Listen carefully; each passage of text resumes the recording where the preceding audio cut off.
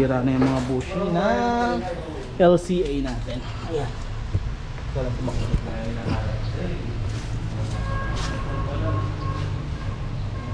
Ayan, wasak.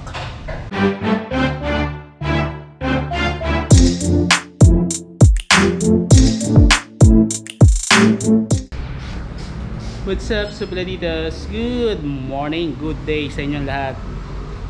Ngayong araw, papalitan natin. Nung nagpalit kasi tayo ng coilovers, nakita na natin yung bushing ng LCA natin.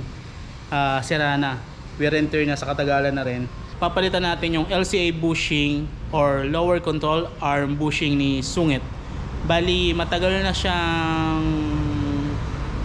napalitan ko na siya before, tapos ngayon pangalawang beses ko na siyang papalitan dun sa ating F7 na LCA. Nabili natin to kay Papa Art ng quarter miles before. F7 na copy lang naman yung LCA natin, pero check na rin natin kung okay pa yung LCA natin bukod dun sa bushing niya. So papalitan natin yon. Kung ano yung ginamit natin yung bushing, i-share natin sa inyo at kung magkano ko nabili at kung saan. So tara. LCA bushing na ganito, ito Supladitos, ito siya, ito yan yung nabibili. Actually nabili ko ito sa Shopee, kaya lang kasi parang matigas siya, parang madali siyang mabasag. Sa nag-ano din ako sa review. So si kapatid na Mac may narekomenda yung parang pang bushing ng jeep, kaya bumili ako na ng ganito. Ayan o, tsura nya, ayan, ayan, flat. Oh, bilog. Same lang din ang butas, halos.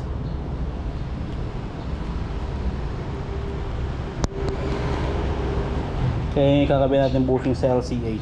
Medyo mahaba nga lang, so pero maglalagari tayo dito. Pwede natin putulin para maging magkasimpantay sila dalawa. Bili ko nitong isa nito, parang 40 pesos ang isa.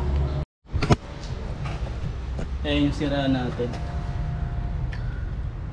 Yung nasa gitna, buo pa, no? Itong nasa nang hindi. No? Ito, sa dulo. Yung dalawa usually, nandiyan yung ano no? Persa.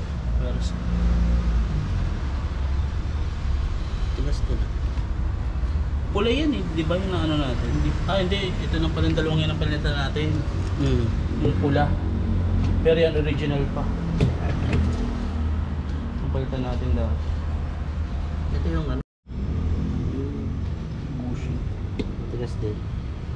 Yan pa, yung itim, yan pa yung original niya. Maliban doon sa gitna, yun yung pinalta natin daw. Yung inuupuan ng inuupuan ng shock. Yan ang unang nasisira sa shop. Alam ko gaano katagal yung LCA ko na yan. Wala, hindi ko naman nagamit masyado. Hindi nga nagamit masyado. Pag lumabas, puno naman. LCA na.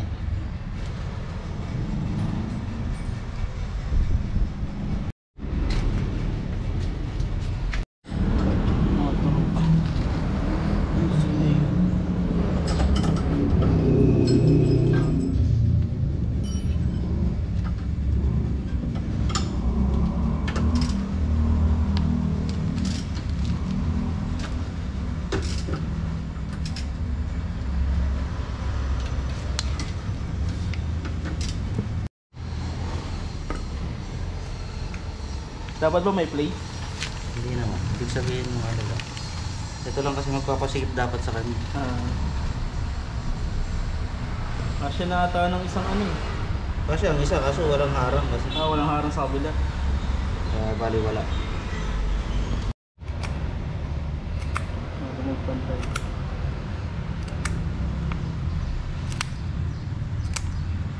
Hindi ba malutong? Ha? Hindi, malambot to. Malambot naman siya. Di ba? Gunting lang ang katapat. Cutter na.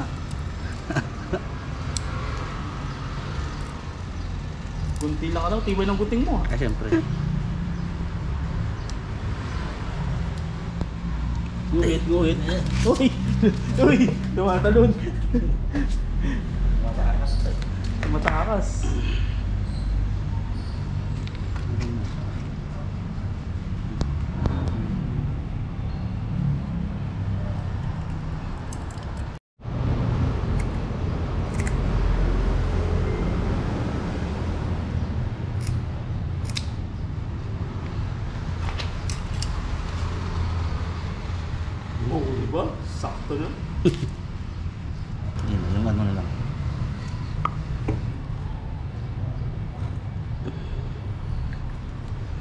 Ayaw ko para sinukat ko.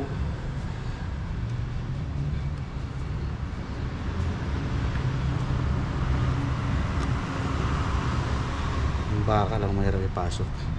Yan na lalagyan natin ng oil. Para ano.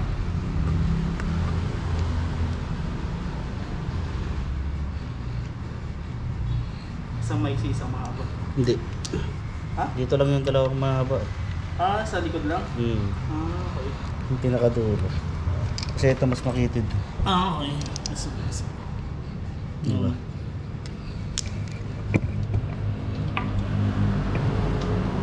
Kabit na.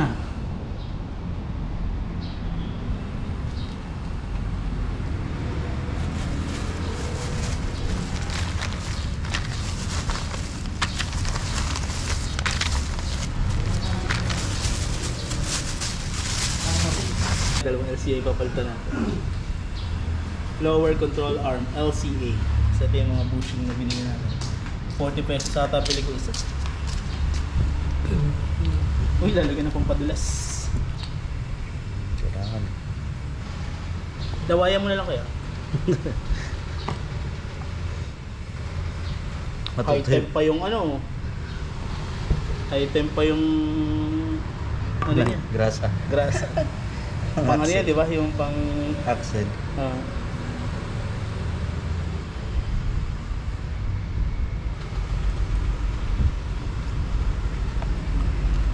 Suave.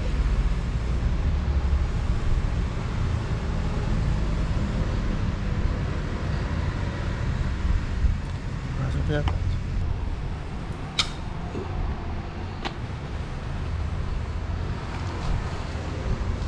Hindi nagalay niya, no? Problema yan.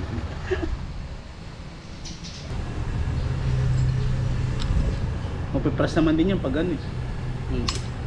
Basta naka-align yung ano, di ba?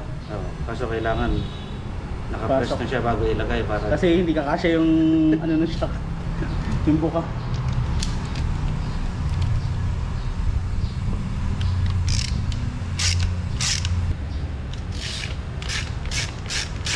So, pasok.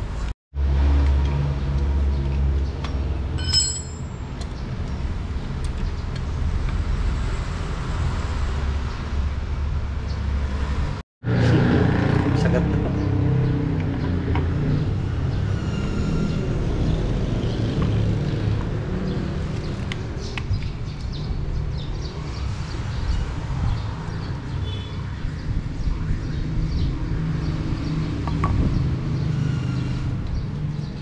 Ah, may AC yung sa ano, sa pangalawa, no?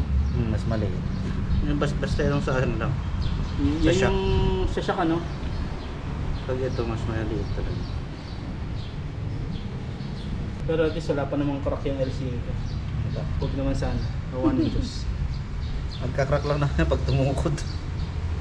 Kasi di ba may napapanood ako, may nawabali yan eh. Pero kaya ano ko nabili, kay Papa Art eh, yung kaibigan namin yung quarter miles. Hindi kasi pag ganito, hindi naman siya. Wala naman dyan yung load niyan eh. Di ba? Oo. Ang load niyan nasa shock eh. Parang tagahawak naman. Oo. Pero ibig sabihin, mas maingat ka na dapat. Oo. Fake parts break hearts, pero practical na tayo. Galing din yung ano mo eh, no? Yung pag inano mo siya, pantay siya, no?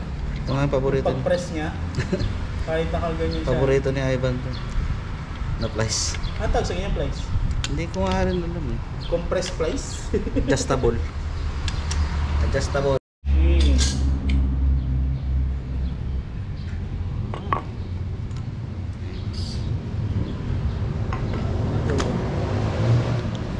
Kinakat na lang natin kasi compare dun sa isa. Ito ganito yung nakakabit din na original eh, no? Yung parang matigas siya. Oo. Ayan oh, ayaw mapisil. Tapos yung ano natin, ayan, napipisil oh. Parang sa hard, ano nga, poly hard yung- na goma, no? Poly. Poly yan. Eh kaya lang kasi parang ang daling mabasag ng ganito eh. No? Hindi katulad ng rubber na sumasabay, lumalaro. Ito tingnan natin kung gaano tatagal sa atin tong rubber na to. Hindi, pag tumagal na kasi siyempre yun. Di ba yung rubber, tumitigas na. Oh. Okay, biyak. 5. Pag nag-160 ba yun, di lalo naman lupi sa gas. Hindi, matipid pa rin ang ano, matipid pa rin ang click talaga pag Honda. Di Yung 125 nila, nagpo-44 eh. Bit na natin ng LCA. 44 kilometers siya per liter. Malayo din eh.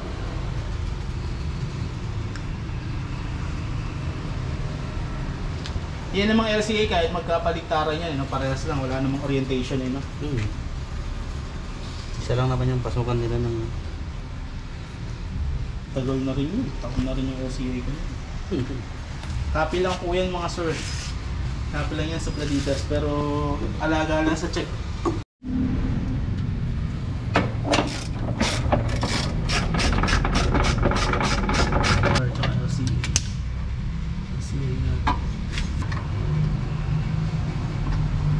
So tapos na nating palitan yung bushing at yung LCA nakabit na rin dito sa left side. Ayan siya.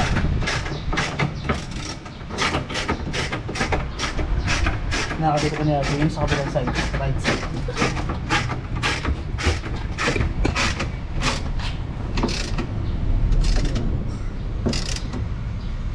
Kabila yung kinakabit. Kabit na, sasalpak na. Ito, size ng tornilyo, Jay, mo anong size ng size ng tornilyo yan? 14mm. 14mm lahat? So dapat dalawang 14 kasi pang kontra yung sana. Kakabit baklas. Dito tapos na nating mapakabit kay RJ yung LCA, mapalitan ng bushing. Parehas. Ito siya. Ayos sa kabila. So yun, so Pladitos, nakabit na natin yung LCA kay Sungit sa halagang 40 pesos lang yung isang bushing. So dalawa siya, malabas 80 pesos sa isang butas. So yun, sana nakatulong sa inyo para magkaroon kayo ng idea kung ano pa yung pwede nating gamitin bushing.